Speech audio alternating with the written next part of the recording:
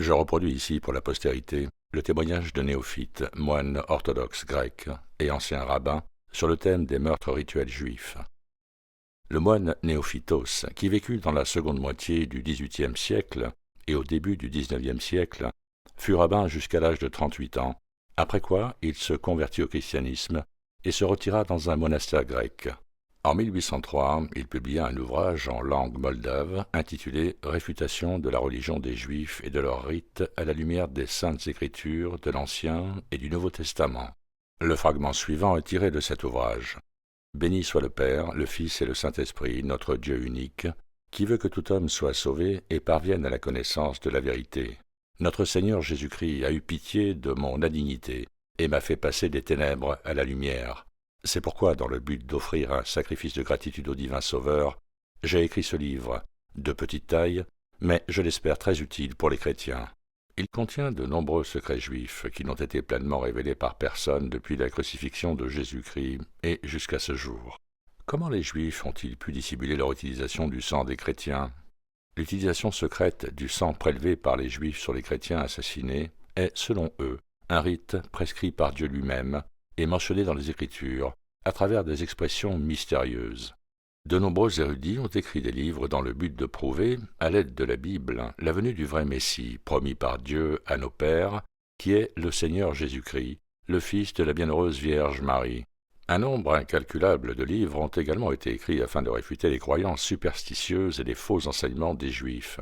Parmi leurs auteurs figuraient de nombreux Juifs de souche qui s'étaient convertis à la foi chrétienne. Cependant, personne n'a encore rendu public quoi que ce soit d'important sur ce secret sanglant et barbare qui est préservé et mis en pratique par la synagogue.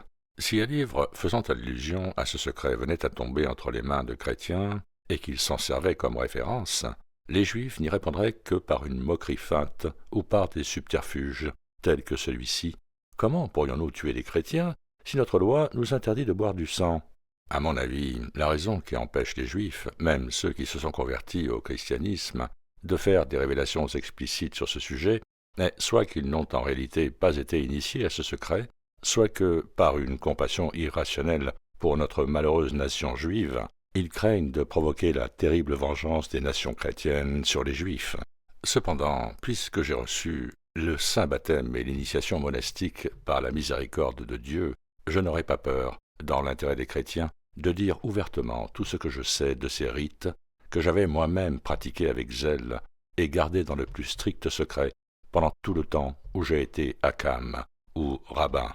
Mais avant tout, il faut expliquer que le secret du sang n'est pas connu de tous les Juifs, mais seulement des hakam ou des rabbins, et des scribes ou pharisiens, qui sont donc appelés les gardiens du secret du sang. Un secret qui, de surcroît, n'est clairement mentionné dans aucun de leurs livres, et qu'ils transmettent exclusivement de bouche à oreille. Les pères initiés à ce secret ne le transmettent qu'aux fils dont ils ont testé la discrétion, et ce faisant, ils soulignent son obligation de transmettre ce secret dans les mêmes conditions et de la même manière, et de ne jamais le révéler à un chrétien, même dans les situations les plus difficiles, même pour sauver sa vie. Cet acte de révélation s'accompagne des malédictions les plus terribles à l'encontre de ceux qui divulgueraient le secret. Voici comment j'y ai été initié. Lorsque j'ai atteint l'âge de 13 ans, âge auquel les Juifs ont pour coutume de poser une soi-disant couronne de pouvoir sur la tête de leur fils, mon père et moi sommes restés seuls, et il m'a longuement parlé, m'inculquant comme un devoir imposé par Dieu la haine envers les chrétiens, qui doit aller jusqu'à les assassiner. Après cela, il m'a parlé de la coutume consistant à recueillir le sang des chrétiens assassinés, et a ajouté, tout en m'étreignant, « Ainsi, mon fils, je t'ai fait mon confident et, pour ainsi dire, mon double. » Alors qu'il plaçait la couronne sur ma tête, il m'a expliqué, en détail, ce secret du sang, le secret le plus sacré, et le rite le plus important de la religion juive. « Mon fils, poursuivit-il, je t'en conjure par tous les éléments du ciel et de la terre de garder ce secret enfoui au plus profond de ton cœur, et de ne le confier ni à tes frères, ni à ta sœur, ni à ta mère, ni plus tard à ta femme, à aucun mortel, et surtout à aucune femme. Si Dieu te donne jusqu'à 10 fils adultes, ne dévoile pas ce secret à tous, mais seulement à celui que tu jugeras le plus intelligent et le plus capable de le garder, tout comme je le fais avec toi aujourd'hui. Tu dois veiller attentivement à ce que ce fils soit zélé et dévoué à notre foi. Je te l'ordonne une fois encore. Ne te confie pas aux femmes, pas même à tes filles, à ta femme ou à ta mère, mais uniquement au fils que tu jugeras digne de confiance. « Ô mon fils, s'écria-t-il enfin, que la terre entière refuse d'accueillir ton corps, et le recrache de ses profondeurs si jamais, quelles que soient les circonstances, même par la plus extrême nécessité, tu révèles ce secret du sang à quiconque d'autre que celui que j'ai mentionné, même si tu deviens chrétien, pour un avantage ou pour d'autres raisons. Veille donc à ne pas trahir ton père en divulguant ce secret divin que je t'ai révélé aujourd'hui. Sinon, que ma malédiction s'abatte sur toi, alors même où tu commettras ce péché, et qu'elle te poursuive toute ta vie jusqu'à la mort, et pour l'éternité. Mon Père, que j'ai acquis au ciel et qui est le Seigneur Jésus-Christ, détournera ces malédictions de la tête de celui qui écrit ceci exclusivement pour le bien de l'Église et le triomphe de la vérité. » Les raisons pour lesquelles les Juifs utilisent le sang des chrétiens. Il y a 3 raisons à cette coutume barbare. La première, la haine envers les chrétiens, la deuxième, la superstition, et la troisième, la croyance en la validité spirituelle du sang des chrétiens. Je vais expliquer chacune d'entre elles. Raison numéro 1, la haine envers les chrétiens. Les Juifs inculquent la haine du christianisme à leurs fils dès leur plus jeune âge, avec le lait maternel. Ayant reçu ces mêmes croyances de leur père depuis des générations, ils sont sincèrement convaincus que leur répugnance envers les chrétiens, y compris leur meurtre, est un acte très agréable à Dieu. Ainsi, ils donnent vie aux paroles de l'expiation divine. « Quiconque vous tuera pensera rendre un service à Dieu. » Jean 16, 2. Raison numéro 2, la superstition. La deuxième raison repose sur les croyances superstitieuses des Juifs, qui ont trait à la magie, à la sorcellerie, à la Kabbale et à d'autres rites secrets. Les Juifs croient que le sang des chrétiens est nécessaire à ces activités diaboliques. Parmi toutes ces superstitions, je n'en mentionnerai qu'une seule, qui fait référence à une malédiction divine qui s'est abattue sur la pauvre nation israélienne et qui a été prophétisée par Moïse lui-même comme suit : « Le Seigneur t'affligera des furoncles », la lèpre dans la traduction russe de la Bible, les furoncles d'Égypte. Le Seigneur affligera tes genoux et tes jambes de furoncles douloureux qui ne peuvent être guéris. Deutéronome 28, 27, 35. Cette horrible maladie, la lèpre, a toujours été très répandue parmi les Juifs, bien plus qu'on ne pourrait le penser. Ainsi, lorsqu'un akam rend visite à ceux qui en souffrent et leur donne des médicaments, il les asperge en même temps de sang chrétien, s'il en dispose, ce qui est le seul remède.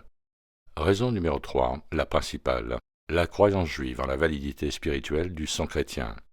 La raison principale qui pousse les Juifs à tuer les chrétiens et à recueillir leur sang est la croyance secrètement entretenue par les akam ou rabbins, à savoir que Jésus-Christ, le fils de Marie de Nazareth, condamné à mort sur la croix par nos ancêtres juifs, est très probablement le véritable Messie tant attendu et invoqué par les patriarches et les prophètes.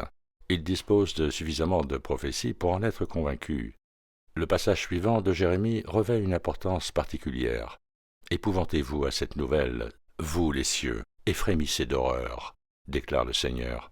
Mon peuple a commis 2 péchés. Il m'a abandonné, moi, la source d'eau vive, et s'est creusé ses propres citernes, des citernes fissurées qui ne retiennent pas l'eau. » Jérémie 2, 12, 13.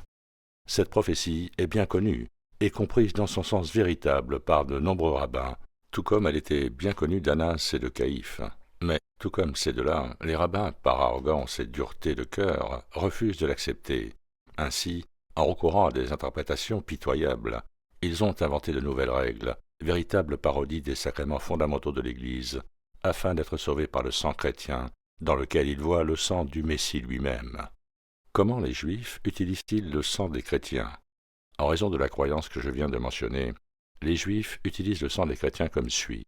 Lors d'une circoncision, qui représente le sacrement du baptême, lors d'un mariage qui correspond au même sacrement chrétien, dans le pain sans levain, pendant la Pâque, qui représente l'Eucharistie, sur les personnes décédées en imitant le sacrement de l'onction, et lors des lamentations sur la destruction de Jérusalem, qui représente le sacrement de la pénitence. Tels sont les usages du sang chrétien, tels que je les ai connus autrefois. J'ai moi-même accompli ces rites avec un grand zèle. Permettez-moi de m'attarder sur chacun d'entre eux. Le mariage. Le marié et la mariée se préparent au mariage juif en observant un jeûne strict de 24 heures, s'abstenant même d'eau jusqu'au coucher du soleil. Puis, un rabbin arrive, il prend un œuf fraîchement cuit, l'écaille et le divise en 2 moitiés. Ensuite, il asperge les moitiés d'une cendre spéciale que je décrirai ci-dessous et en donne une moitié au marié et l'autre à la mariée. Parlons maintenant de cette cendre. Elle n'est pas utilisée à la place du sel, mais plutôt à la place du sang chrétien frais, étant en réalité du sang chrétien modifié. Il s'agit en effet du sang qui reste après les sacrifices offerts pendant la fête des pains sans levain, et plus il y en a, mieux c'est. Les rabbins trempent des chiffons de lin ou de coton dans ce sang, puis les font sécher et les brûlent. Les cendres sont conservées dans des bouteilles hermétiquement fermées, confiées au trésorier de la synagogue. Le trésorier distribue progressivement les cendres aux rabbins qui en font la demande, soit pour leur propre usage, soit pour les envoyer dans des pays où il est impossible de se procurer du sang chrétien, soit parce qu'aucun chrétien n'y vit, soit parce que la police locale est vigilante, et que les chrétiens font preuve de prudence à ce sujet. Quoi qu'il en soit, le sang frais est toujours préférable, mais il n'est nécessaire que pour le pain sans levain. Ainsi, lorsque des obstacles insurmontables apparaissent, on utilise à la place les dites cendres pour les rites de ce genre. La circoncision. Lorsqu'un enfant juif est circoncis le 8e jour de sa vie, un rabbin se présente. Il verse un peu de vin dans un bol, puis y ajoute soit une goutte de sang d'un chrétien torturé, soit, s'il ne dispose pas d'un tel sang, une petite quantité des cendres susmentionnées. Il ajoute ensuite une goutte de sang de l'enfant circoncis dans le même bol. Après avoir bien agité le mélange, le rabbin plonge son petit doigt dans le bol, puis dans la bouche de l'enfant, et dit « Je t'ai dit, tu vivras dans ton sang ». Il répète ensuite ce rite et ces paroles. Voici maintenant l'explication superstitieuse de cette cérémonie telle que donnée par les rabbins. Le prophète Ézéchiel dit à 2 reprises « Et tandis que tu gisais là dans ton sang, je t'ai dit, tu vivras dans ton sang ». Ézéchiel 16:6. Le prophète faisait peut-être ici allusion au sang du Christ. Tout comme le Christ a libéré de l'enfer les âmes de ceux qui n'avaient pas été baptisés, cet enfant qui n'a pas non plus été baptisé peut lui aussi être sauvé par le sang du chrétien torturé qui a été baptisé. Et l'une des raisons pour lesquelles la victime doit être cruellement torturée pendant que son sang est prélevé est précisément la nécessité de reproduire les souffrances de Jésus-Christ. Cependant, si le prophète Ézéchiel faisait référence au sang de la circoncision, l'enfant juif sera sauvé par son propre sang, que le rabbin aura mélangé au vin avec le sang chrétien. Quelle nation pathétique! La commémoration de la destruction de Jérusalem. Les Juifs utilisent également les cendres susmentionnées le 9 juillet, lorsqu'ils se lamentent sur la destruction de Jérusalem par Titus. À cette occasion, ils utilisent ces cendres de 2 manières.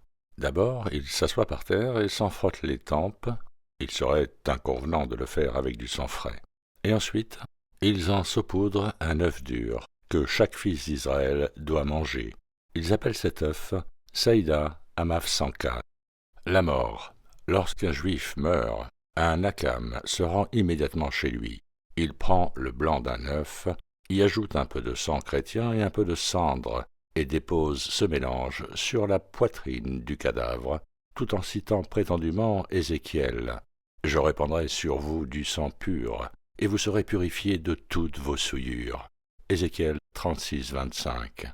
Cependant, Ézéchiel parle d'eau pure, plutôt que de sang pur. En déformant ces paroles, les Juifs tentent de se convaincre que le défunt sera assurément admis au paradis. Les fêtes de la Pâque et de Purim.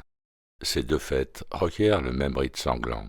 Pendant la Pâque, les Juifs doivent manger de petits morceaux de pain sans levain. Ce pain est préparé uniquement par les Akam, qui ajoutent du sang chrétien. Tous les Juifs, riches et pauvres, vieux et jeunes, même ceux qui n'ont pas encore de dents, doivent manger de ce pain, au moins l'équivalent d'une olive. Ce rite s'appelle Ephikoimon. La fête de Purim a été instituée en mémoire de la libération du peuple juif du joug d'Aman grâce à l'aide d'Esther et de Mardokhée, comme le raconte le livre d'Esther. Cette fête a lieu en février. C'est à cette occasion que les Juifs initiés enlèvent autant de chrétiens que possible, en particulier des enfants, partout où ils le peuvent. Mais la nuit précédant Purim, ils n'assassinent qu'un seul chrétien, reproduisant ainsi les souffrances d'Aman. C'est pour cette raison que tous les participants lancent d'innombrables insultes au cadavre pendu, comme s'ils s'adressaient réellement à Haman. Le sang recueilli est versé par le rabbin dans une pâte mélangée à du miel, à partir de laquelle il confectionne ensuite de petits gâteaux triangulaires afin de se moquer du sacrement de la Sainte Trinité. Ces gâteaux ne doivent pas être consommés par les Juifs. Par immense perfidie, ils sont distribués parmi les riches Juifs qui doivent les offrir en cadeau à leurs amis chrétiens, soi-disant en signe de grande courtoisie. Ce rite est appelé pain de Purim. Il faut noter que ce rite n'exige pas d'infliger des souffrances très douloureuses à la victime, car le sang recueilli n'a d'autres usages que celui que je viens de décrire. Quant aux autres chrétiens enlevés, ils sont détenus dans des lieux secrets jusqu'à la Pâque, qui suit peu après Purim. La veille de la Pâque, ils sont tous assassinés de la manière la plus cruelle et la plus barbare, et leur sang est recueilli, en partie pour le pain sans levain, et en partie pour d'autres besoins que j'ai décrits ci-dessus. Ces souffrances ont un but précis, qui est de reproduire les souffrances du Christ, et c'est pour cette raison que les Juifs préfèrent les infliger à des enfants qui, en raison de leur innocence et de leur chasteté, symbolisent mieux le Christ que les adultes. Toutes ces effusions de sang accablantes confirment les paroles de Jérémie, qui a prophétisé au sujet des Juifs comme suit. « Sur tes pans se trouve le sang des pauvres innocents. » Jérémie 2,34. Et dans une mesure encore plus grande, celle d'Ézéchiel. « Voici ce que dit le Seigneur, le Tout-Puissant. Vous mangez de la viande avec le sang qui est encore, et vous versez le sang. » Ézéchiel 33,25. À la suite de ces innombrables meurtres, Israël fut banni de nombreux pays, dont l'Espagne, confirmant ainsi une autre prophétie d'Ézéchiel. « Puisque vous n'avez pas haï le sang versé vous poursuivra. » Ézéchiel 35,6.